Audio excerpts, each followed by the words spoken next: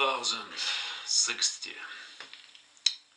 Now I want to change my topic and shift on something else. Last several days I was talking about Kant and about this lectures which I watched, and I missed many other things because really my schedule improved tremendously since I came back to this daily routine. I mean, this recording. Every day I came back to this speaking exercise, and it helped me to organize my behavior. And among many other things, I came back to learning English on Inguit. I watched Inguit every day, and I know it's not quite profound way to learn language, but again, for me it's even if I get some meaningless information which has something to do only with language but completely irrelevant to everything else. I mean, you just look and someone tells you how to use some special phrasal verbs, and it's not exactly something that I can really use, because in my case I try to learn myself, I try to learn something that I'm interested in, and only after I understand something I can use it.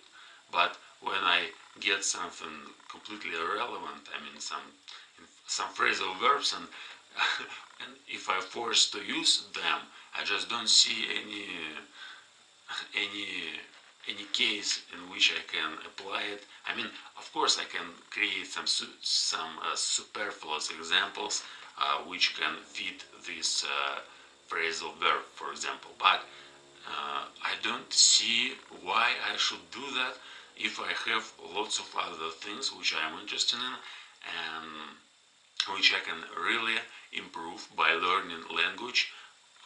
I need to express myself better in this particular field or way or whatever it might be. But anyway, Anguit, I like it because it has tests. Every lesson, or almost every lesson, is provided with a test, and after watching it I like to accomplish tests.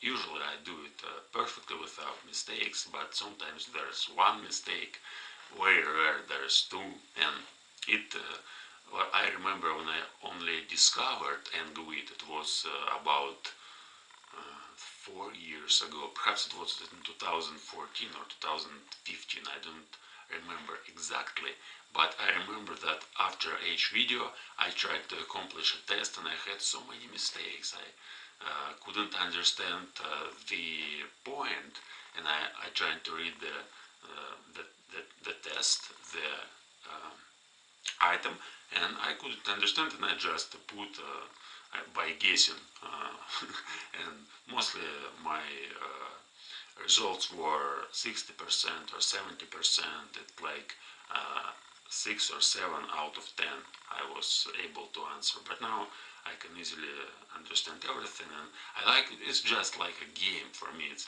I need to accomplish something. I watch one lesson on Anguit, and usually it's short lessons, about 15, 10, 15, 20 minutes sometimes, but mostly it's 10-15 minutes, and I don't spend a lot of time. Of course, it's just 15 minutes plus 5 minutes or even less, maybe 2-3 minutes for a test, and after that I feel that I accomplished something. I get this feeling which really useful if you learn language, and if you get this feeling, it's quite amazing stuff, quite amazing thing, and it gives you an opportunity to